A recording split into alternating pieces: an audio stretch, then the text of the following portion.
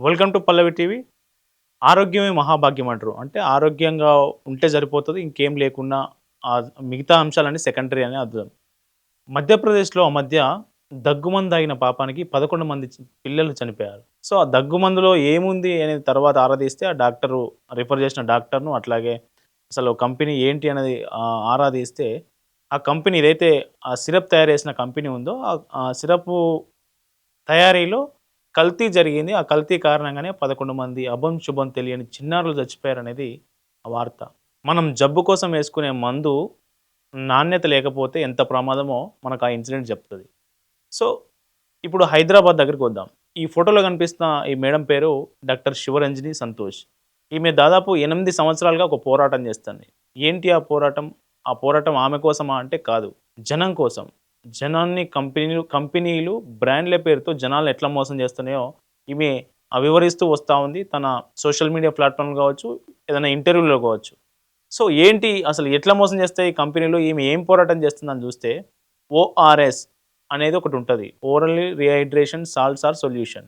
So, ఇదేంటంటే dehydrate అయినప్పుడు, వాంతులు, విరేచనాలు అయి డీహైడ్రేట్ అయినప్పుడు మళ్ళీ మనం కొంత శక్తి కూడగట్టుకోవడానికి, కొంత పుంజుకోవడానికి ఈ ఆహ్, డీహైడ్రేషన్ అనే సమస్య నుంచి బయటపడడానికి ఈ ఓఆర్ఎస్ తీసుకుంటారు.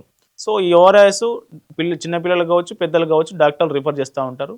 సో, ఈ ఓఆర్ఎస్‌కి సంబంధించి 2020 అంటే గతేడాది 2025లో food safety and standards authority of India FSSAI ఒక కీలకమైన సూచనలు చేసింది. డబ్ల్యూహెచ్ఓ ఫార్ములా ప్రకారం డబ్ల్యూహెచ్ఓ ప్రమాణాలతో డబ్ల్యూహెచ్ఓ ఫార్ములాస్‌తో ఎవరైతే ఓఆర్ఎస్ రెడీ చేస్తారో దాని మీద మాత్రమే ఓఆర్ఎస్ అని పెట్టుకోవాలి. మిగతా ఎవ్వరు దాని మీద ఓఆర్ఎస్ అని రాయడానికి వీల్లేదు అనేది ఆహ్, food safety and standards authority of India norms. So, ఏం జరుగుతుంది అంటే మార్కెట్‌లో ఉన్న చాలా కంపెనీలు ఏం చేస్తా ఉన్నాయంటే ఎనర్జీ డ్రింక్‌ల మీద ఓఆర్ఎస్ అని రాస్తా ఉన్నాయి. ఓఆర్ఎస్ఎల్, ఓఆర్ఎస్ ఇట్లాంటివి రాస్తా ఉన్నాయి. దీని మీదే మేము పోరాటం చేస్తా ఉన్నారు. No confusion. Banned, banned, banned, banned. These are not banned. These are WHO recommended formula Tetra Paks of ORS. Okay, but sachets are any day preferred. Sachets are any day preferred. Okay, two Tetra Paks. Whether it's ORSL Tetra Pak, ORSL WHO, ORS Tetra Pak, or Prolite, or Raft, or Electral, or Wallite. If there's any fungus in them, you won't know. But when it comes to Tetra Paks, when you empty the contents, you can clearly see. Only thing is, make sure you empty 20.5 grams into 1 liter water and 4.4 grams into 200 ml water. This is very important. ఈమె పోరాటం చేస్తున్న క్రమంలో చాలా మందికి కూడా కొంత అవగాహన వచ్చింది. ఈమె చేస్తున్న పోరాటం, ఈమె చేస్తున్న వీడియోల ద్వారా నిజంగా ఇది ఓఆర్ఎస్ కాదా? మనకు దొరికే అప్పటికప్పుడు తాగడానికి వీలుగా ఉండేవి ఇవన్నీ ఓఆర్ఎస్ కాదా?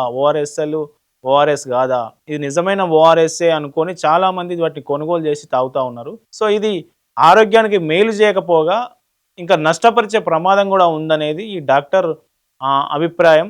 సో, దీనికి సంబంధించి చాలా కాలంగా చర్చ నడుస్తోంది. దీని మీద కంపెనీలు హైకోర్టుకెళ్ళినాయి. ఢిల్లీ హైకోర్టుకెళ్ళినాయి. ఈమె ఢిల్లీ హైకోర్టు, కంపెనీలు ఢిల్లీ హైకోర్టుకెళ్ళినప్పుడు ఢిల్లీ హైకోర్టు ఒక విషయం స్పష్టంగా చేసింది.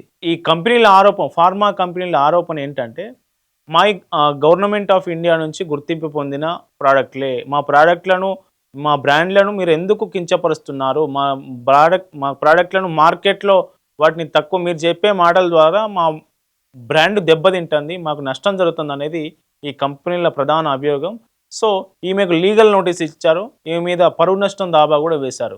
సో, ఈ లీగల్ నోటీస్ ఇచ్చినా ఈమె మీద పరువు నష్టం దావా చేసినా గానీ ఆమె ఎక్కడా వెనక్కి తగ్గలేదు. ఆమె పోరాటం కొనసాగిస్తా ఉన్నారు. ఈ కేసు విచారణ సందర్భంగా ఢిల్లీ హైకోర్టు ఒక స్పష్టమైన మాట చెప్పింది. డబ్ల్యూహెచ్ఓ ప్రమాణాల ప్రకారం మీరు ఓఆర్ఎస్ఎల్ అని రాస్తున్నారు. దాని మీద డబ్ల్యూహెచ్ఓ ప్రమాణాలు కావచ్చు, ఎఫ్ఎస్ఎస్ఏఐ ప్రమాణాలు కావచ్చు, దాని ప్రకారం మీరు రాయడానికి వీల్లేదు. మీ ఆల్రెడీ ఇప్పుడు మార్కెట్‌లో ఉన్న ఉత్పత్తులు మొత్తం వెనక్కి తీసుకోరి అని చెప్పింది. లేదు, మాకు ఉత్పత్తులను ఆల్రెడీ మార్కెట్‌లో ఉన్న వాటిని వదిలేయండి సార్. నెక్స్ట్ నుంచి మేము ఇవి పెట్టము, లేబుల్ మారుస్తాం వేరేదని చెప్పినా గానీ లేదు ఇది ప్రజల ఆరోగ్యానికి సంబంధించిన విషయం. ఖచ్చితంగా మీరు వెనక్కి తీసుకోవాలంటే ఆ కంపెనీ ఏం చేసిందంటే ఓఆర్ఎస్ఎల్ ప్లేస్లో ఈఆర్జెడ్ఎల్, సో ఈ ఇంకొక పేరుతోని సేమ్ ఓఆర్ఎస్ లాంటి బొమ్మలతో, ఓఆర్ఎస్ బొమ్మ లాంటివి, ఓఆర్ఎస్ చూడగానే అది ఓఆర్ఎస్ అని జనానికి స్ఫురించేలా, జనానికి అది ఓఆర్ఎస్ అని కనిపించేలా ఒక మాయాజాలం చేసి ఈఆర్జెడ్ఎల్ అని ఒకటి తీసుకొచ్చారు. దీనిపైన కూడా డాక్టర్ శివరంజని తన అభిప్రాయాన్ని, తన పోరాటాన్ని కొనసాగిస్తూ ఉన్నారు. How dare you send me a notice saying that you dragged me to the court for maligning the names of ORSL and ERZL for my own commercial interests and for getting fan following? Johnson & Johnson and Kenvue? My stand is predated and vindicated by the FSSAI order of October 14th and 15th. And Delhi High Court clearly refused to give you a stay. And saying that ERZL is the new form of ORSL is nothing but a violation of that ban order. And it is going to clearly confuse parents who believed ORSL was ORS. They are now likely to believe that ERZL is ORS. And you are going to drag me to the court for fighting for public health?